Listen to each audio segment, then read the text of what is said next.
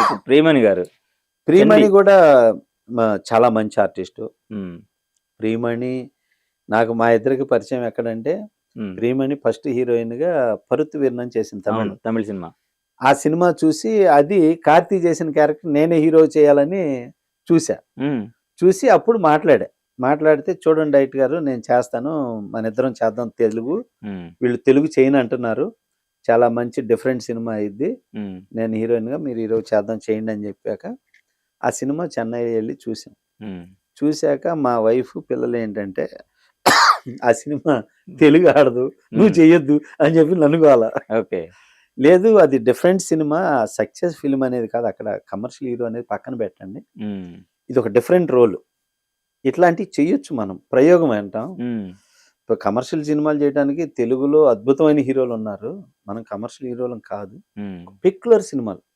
ఈ కథ ఎవరు చేయలేరన్న హ్మ్. కథను మనం చేసేటట్టు చేసుకోవాలి అంటే, లేదు హ్మ్. నా మాట ఇను.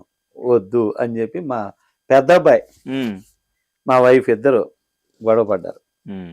వద్దు ఆ సినిమా చేయొద్దు. కాకపోతే ఇంకోటి ఏదైనా చేసుకో. నీ కథలున్నాయిగా నువ్వు చేసుకో హ్మ్. అని చెప్పి ఇచ్చేసరికి అక్కడ ఆ సినిమా చేయలే. ఓకే. అట్లా పరిచయం అనమాట. పరిచయం అయిన తర్వాత మధ్యలో కలిసి మాట్లాడుకున్నాం ఇది ఇది అంటే సరే డైరెక్టర్ గారు అనుకున్న తర్వాత అప్పుడు 'చండి' అనే సినిమా హ్మ్. లేడీ ఓరియెంటెడ్ ఇది ఇట్లా చేద్దాం ఇది ఇది అని చెప్పి అనుకోని హ్మ్. లేడీ ఓరియెంటెడ్ అది చేయటం జరిగింది. అది చేయటం సినిమా మంచి కథ, మంచి ప్రొడ్యూసర్లు బాగా చేశారు. హ్మ్.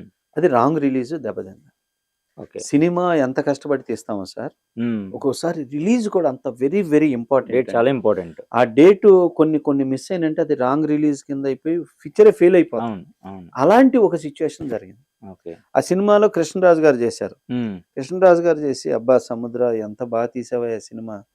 ఎంత బాగా చేసావు, ఎంత టైంలో చేసావు, ఎంత బడ్జెట్‌లో చేసావని నన్ను ఎంత అప్రిషియేట్ చేశారో కృష్ణరాజు గారు. హ్మ్. కృష్ణరాజు గారు అప్రిషియేట్ చేసి ఆయన 'ప్రభాస్‌తో తొలి అడుగు' అనే ఒక సినిమా చేయాలని అనుకున్నారు. ఓకే. ఆయన డైరెక్షన్ చేయాలని. హ్మ్. ఇది నేను డైరెక్ట్ చేయాలనుకోని చేశాను సముద్ర. నీతో చేద్దామా ఈ సినిమాని నేను ఆలోచన చేస్తున్నా. హ్మ్. నీతో చేపిద్దామా అని చెప్పేసి హ్మ్. బాబొచ్చేసి ఒక ఒక ఫ్లాష్ బ్యాక్ వరకు చేస్తాడు. మిగతావి మనం కొత్తోళ్ళని పెట్టి చెయ్యాలి. సో, అందుకని అది ఆలోచిస్తున్నా. ఇంత బాగా చేసావు సినిమా. నా క్యారెక్టర్ ఇంత బాగా చేసావు హ్మ్. అని చెప్పి కృష్ణరాజు గారు ఎన్ని సినిమాలు చేసినా అవును. అలాంటి ఒక స్టారు అలా అప్రిషియేట్ చేయటం నాట్ ఏ జోక్. హ్మ్. నన్ను అలా కృష్ణరాజు గారు అభినందించారు ఆ సినిమాకి. హ్మ్. అది. అది మర్చిపోలేననమాట. హ్మ్. అట్లా కృష్ణరాజు గారు ఆ సినిమా చెప్పి చేయటం, చేసి మేము డేట్ అనౌన్స్ చేసాం. ఓకే. డేట్ అనౌన్స్ చేసిన తర్వాత సడెన్‌గా హ్మ్. పవన్ కళ్యాణ్ గారిది 'అత్తారింటికి దారేది' సినిమా లీక్ అయింది. ఇమ్మీడియేట్ డేట్ అని అనౌన్స్ చేసాం. చేసేసారు. సో, అక్కడ పడింది. ఇక అక్కడ ఫస్ట్ అప్పటికే మేము బాగా పబ్లిసిటీ చేసి ఉన్నాం. హ్మ్. అయ్యయ్యో! పవన్ కళ్యాణ్ గారి సినిమా పడిపోతుంది ఇక్కడ. ఇది పడితే పైన వైట్ ఎలిఫెంట్ పడ్డట్టు అయిపోద్ది. హ్మ్. సో, దెబ్బతింటది. సో, మనమే వెనక్కెళ్దాం హ్మ్. అని ప్రొడ్యూసర్లు అనేసరికి ఇక దాన్ని నవంబర్‌కి షిఫ్ట్ చేసాం. ఒక హ్మ్. 2 వీక్స్ బ్యాక్. హ్మ్. సినిమా పోస్టర్‌లు, గీస్టర్‌లు అన్నీ ఏసేసి ఉన్నాం. పబ్లిసిటీ అయిపోయింది. హ్మ్. సినిమా పబ్లిక్ రిలీజ్ అయిపోయింది అనుకున్నారు. ఓకే. అక్కడ దెబ్బ పడిపోయింది. లేకపోతే 'చండి' 'చండి' డెఫినిట్‌గా మంచి అలా సినిమా దెబ్బ అండి పడింది. అది. చాలా మంచి స్క్రిప్ట్ అండి. హ్మ్.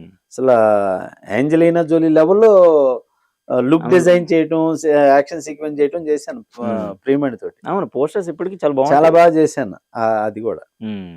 అట్లా జరిగినాయి. ఒక్కోసారి ఏంటంటే మనకి తెలియని టైంలో భగవంతుడు సక్సెస్ ఇస్తాడు. హ్మ్. మనకన్నీ తెలిసిన టైంలో మనకి పరీక్ష పెడతాడు. తగ్గు తగ్గు అంటాడేమో. అది అర్థమైంది. అలా అర్థమైంది. హ్మ్. సో, నాకు తెలియని టైంలో కంటిన్యూగా 7 హిట్స్ టక టక టక కొట్టుకుంటెళ్ళాం. హ్మ్. కొన్ని తెలిసేసరికి అట్లా బ్రేక్ పడింది. హ్మ్. సో, భగవంతుడు కూడా మనకి అన్నీ సక్సెస్ కాదురా వాస్తవాలు. హ్మ్. కొన్ని కొన్ని నువ్వు కూడా తెలుసుకోవాలి హ్మ్. అని భగవంతుడు కూడా మనకి నేర్పిస్తాడు. హ్మ్. జీవిత పాఠాలని అంటామే. అవును. అట్లా అనమాట. ఆ అనుభవం ఇప్పుడు చాలా బాగా పనిచేసింది. హ్మ్. సో, అందుకని ఈసారి ఇక్కడి నుంచి వచ్చే ఎవ్రి ఫిల్మ్ ఇటు కొడతా. హ్మ్. Every film. చాలా కాన్ఫిడెంట్‌గా ఉన్నారు మీరు. ఎవ్రి ఫిల్మ్ ఇటు కొడతా. ఈ ఆస్తులు ఇయన్నీ పెట్టాము, చేసాము అనే బాధ 1% కూడా లేదు నాకు. హ్మ్. మళ్ళీ బ్రహ్మాండంగా వస్తా. సక్సెస్ ట్రాక్ ఎక్కేస్తారు. హ్యాపీగా ఎక్కేస్తా.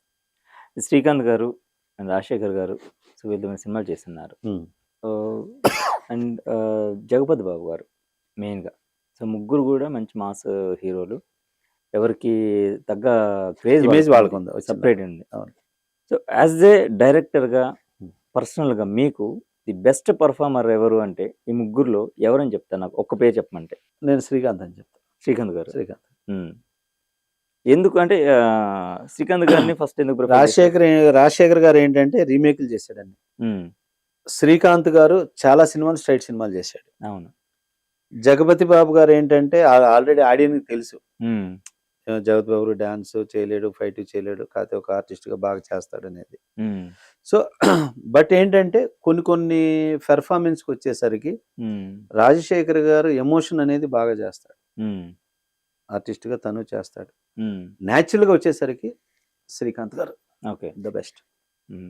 సో సింపుల్గా చాలా సింపుల్గా చెప్పేశారు ముగ్గురు.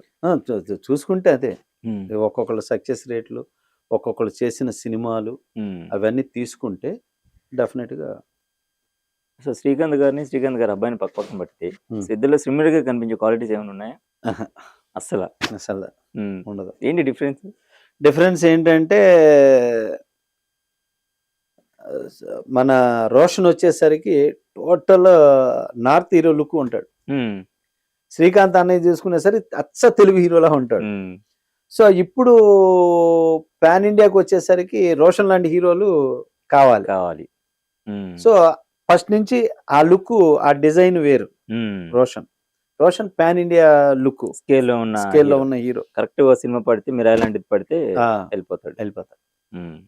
మ్యూజిక్ డైరెక్టర్ విషయానికి వస్తే మీరు చిన్నగారితో చేశారు, నేనే ఇంట్రడ్యూస్ చేశాను ఎవడైతే నాకేంటి. అవును. తర్వాత పంచాక్షరి చేశారు, తర్వాత శ్రీకాంత్ దేవతో చేశారు, దేవగారితో చేశారు, శ్రీకాంత్ దేవతో చేశారు, అండ్ ఎస్ఏ రాజ్ కుమార్ గారు. మీకు ఇన్ టైంలో ప్రాపర్ గా పర్ఫెక్ట్ ఆల్బమ్ ఇచ్చిన మ్యూజిక్ డైరెక్టర్ వీళ్ళు? ఎస్ఏ రాజ్ కుమార్ గారు. అలాగే శ్రీకాంత్ దేవ. ఓకే. చిన్న కూడా చేశాడు. కమలాకర్ అనే కుర్రాడు కొంచెం ఇబ్బంది పెట్టాడు, మిగతా వాళ్ళంతా బాగా చేశారు. And actually Suresh SR Raj Kumar గారికి ఆర్బి చౌదరి గారికి మంచి బాండింగ్. తమిళ్ కానీ 3 సినిమాలు ఇటు సినిమాలు. అవును. సింహరాశి, శివరామరాజు, హరిచంద్ర ప్రసాద్. ఒక టైంలో ఎస్ఆర్ రాజ్ కుమార్ మ్యూజిక్ తప్ప ఏమి వినిపించలేదు ఇండస్ట్రీలో. అవును. వరుసగా చిరంజీవి గారికి కూడా డాడీ సినిమా చేస్తే అసలు ఆయన ఆల్బమ్ అని చాలా మందికి డౌట్ వచ్చింది. అవును. మళ్ళీ నేను ఒక సినిమాకి తీసుకొస్తున్నా ఇప్పుడు, రాజ్ కుమార్ గారు. ఎస్ఏ రాజ్ కుమార్ నాకు ఆయన ఇంటర్వ్యూ కావాలి. Definite, sure. చాలా మంచి మ్యూజిక్ డైరెక్టర్ సార్. కొన్ని సాంగ్స్ ఈ రోజుకి హమ్ చేస్తానే ఉంటాం. డెఫినెట్ గా ఆయన మ్యూజిక్ వినిపిస్తూ ఉంటుంది. శ్రీకాంత్ దేవాని, మా ఎస్ఏ రాజ్ కుమార్ మళ్ళీ మా పిల్లల సినిమాకి తీసుకొస్తాను. ఓకే. సో మళ్ళీ రీఎంట్రీ మీ సినిమాతో తీసుకొస్తున్నాను వాళ్ళని. అంతేనా? శ్రీకాంత్ దేవానేమో మా చిన్నబ్బాయి సినిమాకి చేస్తున్నా, ఎస్ఏ రాజ్ కుమార్ ఏమో మా పెద్ద అబ్బాయి సినిమాకి తీసుకొస్తాను. ఓకే.